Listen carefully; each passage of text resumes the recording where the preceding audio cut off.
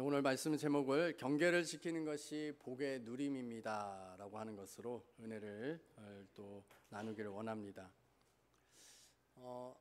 저희 아이들이 어렸을 때 이 향남에 있는 홈플러스에 생필품 이렇게 사러 간 적이 있었습니다. 여러 번 갔겠죠. 네. 저나 제 아내는 네, 괜찮아요. 그 핸드폰 끄시면 됩니다. 네, 괜찮아요. 네. 저와 제 아내는 이렇게 마트를 다니면서 물건을 사죠. 그동안 아이들은 어디에 있을까요? 장난감 코너에 있죠. 네. 그래서 너희들 여기 꼭 요 안에 있어라. 딴 데 가지 말고 어머니 아버지 올 때까지 기다리거라 라고 하면 이제 거기에서 막 얼마나 장난감이 많아요. 그래서 아주 행복합니다. 근데 이제 아들이 조그만 장난감을 하나 들고 왔어요. 그 당시에 지금도 있나 모르겠는데 또봇 로봇을 다 가지고 온 거예요.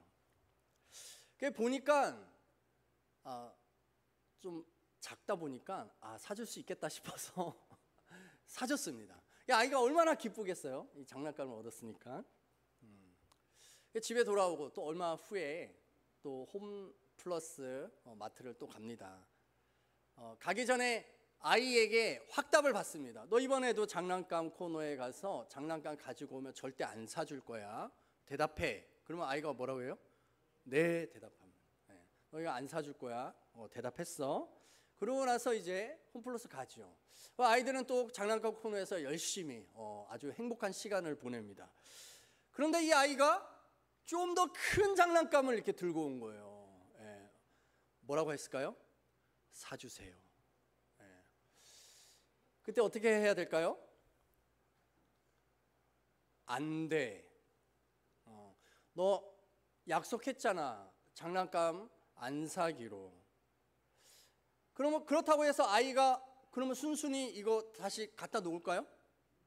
절대 그렇지 않죠. 그런 아이들이 아마 없을 겁니다. 사주세요, 사주세요, 엉엉 울고 찡찡거리고 계속 마치 찰거머리처럼 계속해서 사달라고 합니다. 그때 이 아이가 계속 사달라고 하니까 만약 혹시라도 그러면 이번 마지막이야? 이번만 사주는 거야? 라고 하고서 아이가 원하는 그 장난감을 사주게 되면 이 아이는 뭘 배웠을까요? 그쵸. 엄마에게 때를 쓰면 엄마는 결국 사줄 거야 라고 하는 이런 생각을 가지게 되는 것이죠. 그래서 저희들이 어떻게 했을까요? 안 돼라고 단호하게 계속 얘기했습니다. 계속 사달라고 찡찡거렸지만 안 되는 거야. 너 자꾸 이러면 혼나 라고 얘기를 해줬습니다. 결국 이 아이가 절대 안 사주시겠구나, 더 하다가는 맞을 수가 있겠구나, 이런 생각에 의해서 아이는 어떻게 해요? 그것을 갖다 놓죠. 제자리에 갖다 놨습니다. 그러고 나서 또 얼마 후에 또 홈플러스에 갔습니다. 근데 이번에는 그 장난감 코너에서 어떤 아이가 커다란 장난감을 들고 엄마한테서 떼를 쓰는 거예요. 사달라고. 그랬더니 그 엄마가 안 돼, 안 사줄 거야 라고 했더니 이 아이가 어떻게 했을까요? 장난감을 집어 던지면서 뒤로 들어 누워버렸습니다. 자, 들어 눕고 가만히 있었을까요? 아니죠. 팔다리를 흔들면서 사줘 앙앙 막 우는 겁니다. 마트에 있던 사람들이 무슨 일이야 하면서 마치 불구경 난 것처럼 막 이렇게 지나다니면서 그 아이의 엄마를 힐끗힐끗 보는 겁니다. 마치 그 눈빛이 어떤 눈빛이에요? 아니죠. 아이 교육을 대체 어떻게 시켰길래 아이가 이렇게 드러누워서 땡깡을 부리게 하는 거야, 이런 눈빛을 엄마는 받는 것이죠. 그래서 이 엄마가 아이를 안고는 그 자리를 빨리 떠나가 버렸습니다. 이 장면을 보고 있었던 아들이 말합니다. 저러면 안 되는 거지요? 아이는 배운 거죠. 아, 저러면 안 된다라는 것을요. 김양재 목사님께서는 문제아는 없고 문제 부모만 있다라고 말했습니다. 정말 맞는 말이죠. 어린 아이들에게 안 돼, 안 되는 거는 안 되는 거야 라고 하는 이 가르침을 일관성 있게 가르쳐야 됩니다. 어떻게 가르쳐야 된다고요? 일관성 있게. 어떤 때는 들어줬다가 어떤 때는 안 들어주는 일관성이 없는 가르침을 아이가 배우게 되면 이 아이는 어떤 모습으로 자라가냐면 엄마의 눈치를 보이는 아이로 자라가는 거예요. 그래서 엄마가 기분 좋을 때 말하는 그런 방식을 선택하게 되죠. 자기가 원하는 것을 얻기 위해서 사람을 이용하는 사람으로 바뀌어가게 된다는 거예요. 그러므로 올바른 부모는 아이에게 해야 할 것과 하지 말아야 할 것에 대한 분명한 경계를 가르쳐주고 그것을 일관성 있게 지켜나가야 한다라는 것입니다. 그래야 자아 통제력이라고 하는 것이 생깁니다. 자아 통제력은 무엇이냐면 유혹이 올 때 이것에 대해서 저항할 수가 있고 또한 더 큰 성과를 얻기 위해서 이 자기의 만족을 지연시키는 것입니다. 뿐만 아니라 충동을 억제할 수 있는 능력을 기르는 것이 바로 자아 통제력입니다. 좋은 부모는, 올바른 부모는 이 자아 통제력을 키울 수 있도록 도와주는 것이죠. 일관성 있게 경계를 가르침으로 인해서죠. 하나님 아버지도 언제나 일관성 있게 우리에게 경계를 말씀하십니다. 이 경계를 우리는 바운더리라고 하는 말로 자주 사용하기도 합니다. 바운더리를 지켜야 한다, 경계를 지켜야 한다라는 것이죠. 그래서 자연 세계도 하나님께서 그어 놓으신 이 경계를 지킨다라고 말합니다. 우리가 오늘 읽었던 22절에 보면 바다의 한계에 대해서 말씀합니다. 바닷가에 나가보면 수없이 파도가 치는데 그 파도는 어디를 넘어올 수가 없어요? 육지의 어떤 부분을 넘어올 수가 없습니다. 그거를 보면 참으로 신기해요. 아니, 어떤 벽을 쌓아 놓은 것도 아닌데 어떻게 파도는 그 이상을 넘어가지 못할까? 왜 그렇다고 말하고 있습니까? 바로 그것이 하나님께서 바다에게 정해놓은 경계를 바다도 지키고 있다라고 말씀합니다. 이 자연도 하나님의 이 말씀에 순종하고 있는데 하물며 하나님의 백성들이라고 하는 자녀들은 하나님이 그어 놓으신 이 경계를 수시로 허물고 수시로 침범하는 이런 일들이 있게 되는 것이죠. 어린아이가 자기가 갖고 싶은 그 장난감을 얻기 위해서 땡깡을 부리고 고집을 부리는 것처럼 우리의 삶에도 우리가 원하는 것을 얻기 위해서 하나님이 안 돼라고 분명히 말씀하셨음에도 불구하고 그것을 계속 범하는 이런 일들이 있다라는 것입니다. 그래서 21절에 보니까 눈이 있어도 보지 못하고 귀가 있어도 듣지 못하는 백성들이다라고 말씀합니다. 아니, 보지 못해서일까요? 소리가 들리지 않아서일까요? 아닙니다. 아무리 이야기해도 들을 마음이 없기 때문에 소리가 들리지 않는 것이지요. 그 마음 속에 자기 욕심과 자기 생각이 꽉 차 있기 때문에 아무리 하나님이 말씀하신다고 해도 나는 안 하기로 마음 먹었어요. 더 이상 내게 말하지 마세요 라고 하는 것처럼 그렇게 땡깡을 부리고 있는 것이죠.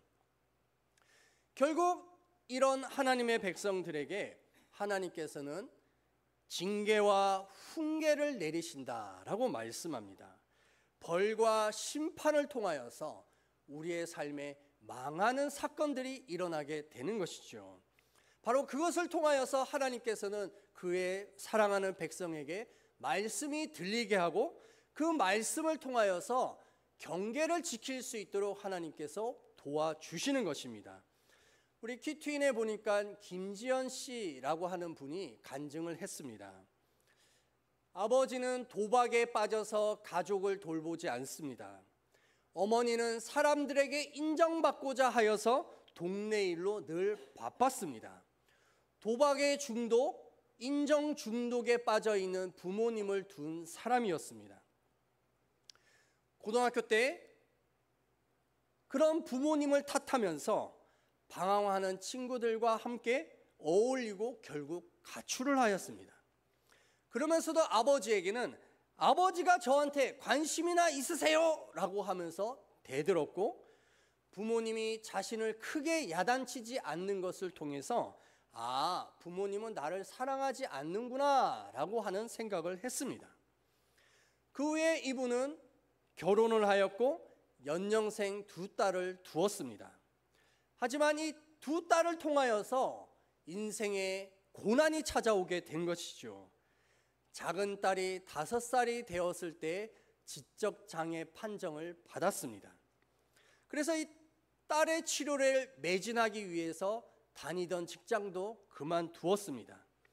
그러다 보니까 첫째 딸은 상대적으로 소외되게 되었습니다. 관심을 덜 받게 된 것이죠.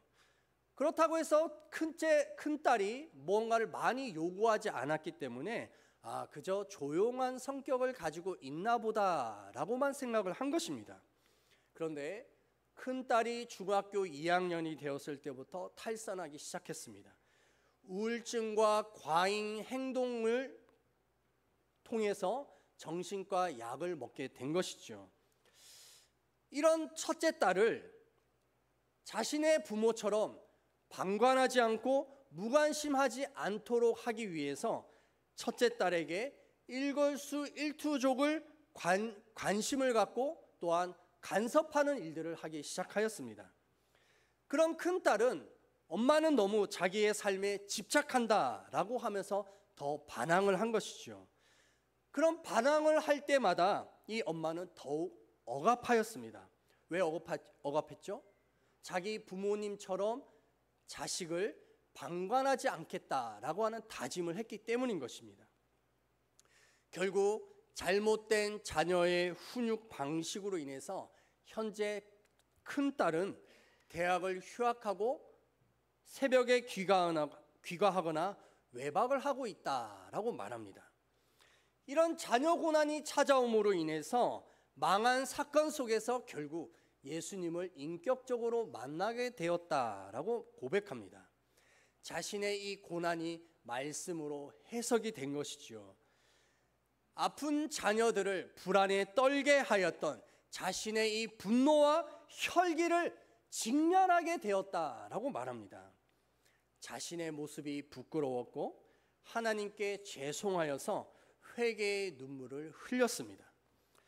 또한 이 자신의 이 망한 사건들 해석되어진 것을 가지고서 공동체 지체들에게 자신의 이 연약함을 솔직히 나누었고, 자기가 그동안 거짓 평강에 쌓여 있었던 그 상황 속에서 이제는 진정한 하나님의 참된 평강을 누리길 원한다라고 하는 간증이었습니다.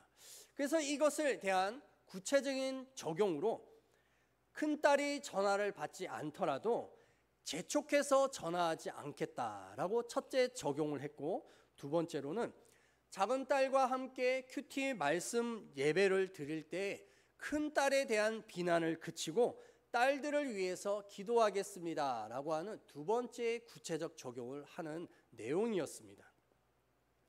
하나님께서는 이 가정에 완전히 치유와 회복이 일어나게 하실 줄 믿습니다. 물론 시간은 걸릴 것입니다. 하지만 하나님께서는요, 하나님의 자녀들이 모두가 다 하나님의 복을 누리기를 원하시는 것이죠. 자, 우리 예레미야 5장 24절 말씀 우리 함께 읽어보겠습니다. 또 너희 마음으로 우리에게 이른 비와 늦은 비를 때를 따라 주시며 우리를 위하여 추수 기한을 정하시는 우리 하나님 여호와를 경외하자 말하지도 아니하니. 하나님께서는요, 이른 비와 늦은 비를 주십니다. 바로 그것을 통하여서 풍성한 열매를 맺기를 원하시는 것이죠. 이스라엘 땅은 강수량이 적고 석회질과 사암으로 이루어져 있기 때문에 그 땅이 물을 머금지 못합니다. 그러므로 씨앗을 뿌리는 이 파종의 때쯤에 이른 비가 와야 돼요. 그래야 그 비를 가지고서 씨앗이 자랄 수가 있는 것입니다. 또한 늦은 비가 와야 되는데 이것은 결실의 때쯤에 늦은 비가 와야 된다라는 것입니다. 이 이른 비와 늦은 비를 하나님께서 주시는데 이 비를 주시는 하나님께서는 반드시 이스라엘 백성들에게 요구하시는 것이 있습니다. 우리 신명기 11장 13, 14절 말씀 함께 읽겠습니다. 내가 오늘 너희에게 명하는 내 명령을 너희가 만일 청종하고 너희의 하나님 여호와를 사랑하여 마음을 다하고 뜻을 다하여 섬기면 여호와께서 너희의 땅에 이른 비 늦은 비를 적당한 때에 내리시리니 너희가 곡식과 포도주와 기름을 얻을 것이요. 아멘. 이른 비와 늦은 비가 오는 그 조건이 있는데 무엇입니까? 하나님의 명령을 청종하고 라고 말합니다. 이 청종이라고 하는 단어가 히브리어로 샤마라고 하는 뜻입니다. 이게 어떻게 변형되냐면 우리가 너무나도 많이 들었던 쉐마라고 하는 단어로 변형이 되는 것입니다. 바로 들으라라고 하는 뜻인 것이죠. 오늘 우리가 읽었던 21절 말씀 마지막에도 이를 들을지어다라고 하는 이 말도 샤마입니다. 결국 하나님의 말씀을 들으라라는 것이죠. 그냥 이것은 소리로 들으라라고 하는 것이 아니라 하나님의 말씀이 너희의 마음에 부딪혀서 그 말씀으로 너희의 삶을 해석하라라고 하는 뜻이 되는 것입니다. 그래서 신명기 6장 4절에서 7절 말씀 우리 함께 읽겠습니다. 이스라엘아 들으라, 우리 하나님 여호와는 오직 유일한 여호와이시니 너는 마음을 다하고 뜻을 다하고 힘을 다하여 내 하나님 여호와를 사랑하라. 오늘 내가 내게 명하는 이 말씀을 너는 마음에 새기고 내 자녀에게 부지런히 가르치며 집에 앉았을 때든지 길을 갈 때든지 누워 있을 때든지 일어날 때든지 이 말씀을 강론할 것이며. 아멘. 이스라엘아 들으라. 이게 쉐마 이스라엘입니다. 하나님께서 말씀을 선포하시는데 이 말씀을 가장 먼저 들어야 할 사람이 누구라고 말합니까? 내 부모들이다 라고 말합니다. 부모들이 자신의 자녀들에게 말씀을 강론하라 라고 말하고 있습니다. 말씀을 가지고서 너의 자녀들에게 하나님의 경계를 가르쳐라 라는 것이죠. 오늘 주보에 보면은 주간 가정예배가 있습니다. 여러분들 이 주간 가정예배로 예배를 일주일에 최소에 한 번 이상 드리시고 또한 큐티인을 가지고서 매일매일 말씀으로 가정예배를 드리십시오. 10분에서 15분이면 됩니다. 먼저 기도하고 찬송 하나 부르고 또한 말씀을 읽고 잠깐 묵상하고 마음에 와닿은 것을 가지고서 자기의 마음속에 이 말씀이 왜 와닿았는지를 나누면 되는 것입니다. 이 말씀이 계속해서 들려질 때 자녀들의 마음속에는 하나님께서 이 길을 걷기를 원하시는구나, 이것은 경계이고 지켜야 할 말씀이구나 라고 하는 것이 박히게 되는 것이죠. 하나님의 말씀이 순종으로 나올 수 있는 방법은 부모의 말씀에 순종할 때 가능한 것입니다. 부모의 말에 순종하지 않는 자녀는 죽었다 깨어나도 하나님의 말씀에 순종할 수가 없습니다. 보이지 않는 하나님 앞에 어떻게 순종하겠습니까? 그러므로 각 가정에서 말씀으로 가르침을 받은 자녀들이 부모에게 순종할 때 진정한 아버지이신 하나님 앞에 순종하게 될 줄 믿습니다. 이것이 되지 않을 때, 계속 경계를 어길 때, 땡깡을 부리고 고집을 부릴 때 어떤 일들이 일어나느냐? 25절의 말씀처럼 너희 허물이 이러한 일들을 물리쳤고 너희 죄가 너희로부터 좋은 것을 막았느니라 라고 말합니다. 우리의 인생에 깨어지고 부서지고 관계로 인하여 고통당하는 사람들은 지금 뭐 한 거예요? 하나님의 경계를 벗어났기 때문에 그런 거예요. 재정에 손실을 입고 건강이 안 좋아지고 또한 하는 사업들이 안 되고 또 여러 많은 것 속에서 자꾸 손실을 입고 있다면 바로 그 어떤 부분이 깨어졌고 경계를 넘어섰던 하나님 앞에 고집을 부리고 있는 것이 되는 것이죠. 그러므로 우리의 삶에 무엇이 깨어졌는지, 무엇이 망했는지를 찾아내는 이 일들을 우리가 해야 할 줄 믿습니다. 바로 이 일들을 위해서 우리에게 진짜 필요한 것이 누구시냐면 바로 예수 그리스도이십니다. 예수님께서는요, 하나님의 말씀에 순종하여서 십자가에서 죽으셨습니다. 진짜 망한 인생이 된 것이죠. 더 이상 어떤 희망과 소망을 이야기할 수 없는 완전한 사망에 이르셨습니다. 하지만 하나님께서는 말씀에 순종하신 그 예수님을 3일 만에 죽음에서 다시 살리신 부활의 은혜를 경험하셨고 뿐만 아니라 하늘 가장 높은 곳에 올리셨습니다. 우리 빌립보서 2장 9절에서 11절 말씀 함께 읽겠습니다. 이러므로 하나님이 그를 지극히 높여 모든 이름 위에 뛰어난 이름을 주사 하늘에 있는 자들과 땅에 있는 자들과 땅 아래에 있는 자들로 모든 무릎을 예수의 이름에 꿇게 하시고 모든 입으로 예수 그리스도를 주라 하시나요 하나님 아버지께 영광을 돌리게 하셨느니라. 아멘. 예수님께서 십자가에 못 박히셨을 때 많은 사람들이 예수님을 조롱하였습니다. 너가 만일 하나님의 아들이라면 당장 내려와라. 하지만 예수님은 그 사람들의 말에 듣지 않았습니다. 하나님의 아들이 아니어서 그랬을까요? 아니지요. 하나님의 아들이셨습니다. 하지만 사람들의 말이 예수님에게는 들리지 않았습니다. 누구의 말만 들렸기 때문에요? 하나님의 말만 들렸기 때문인 것이죠. 결국 하나님께서는 예수님에게 명령하셨습니다. 너는 십자가를 지고 죽음의 삶을 살아라. 그리고 죽으라는 것이죠. 그 말씀대로 예수님은 죽으셨습니다. 그랬더니 하나님께서는 예수님을 살리시고 가장 높은 곳으로 올리신 줄 믿습니다. 우리가 지금 예레미야를 묵상하고 있는데 예레미야의 이름의 뜻이 여호와께서 그를 높이 올리시다라고 하는 뜻입니다. 예레미야는 완전히 망한 인생이었습니다. 망한 나라에서 태어났고 망한 집안의 출신이었고 또 어린아이와 같이 어른들에게 갈 수 없었던 아이였습니다. 하지만 이 망한 것과 같은 이 인생이 하나님의 말씀에 순종하였을 때 높이 세우셨다라고 말씀하시는 것이죠. 그러므로 우리의 삶에도 하나님이 주시는 큰 은혜와 영광을 누려야 할 줄 믿습니다. 우리가 이제 오늘부터 이번 수요일까지 추석입니다. 명절이죠. 그래서 우리의 선조들은 더도 말고 덜도 말고 한가위와만 같아라 라고 그렇게 서로 축복하였습니다.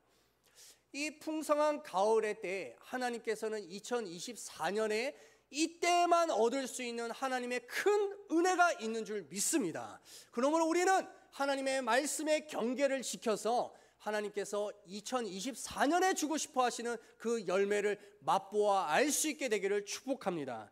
시편 16편 6절 말씀 우리 함께 읽겠습니다.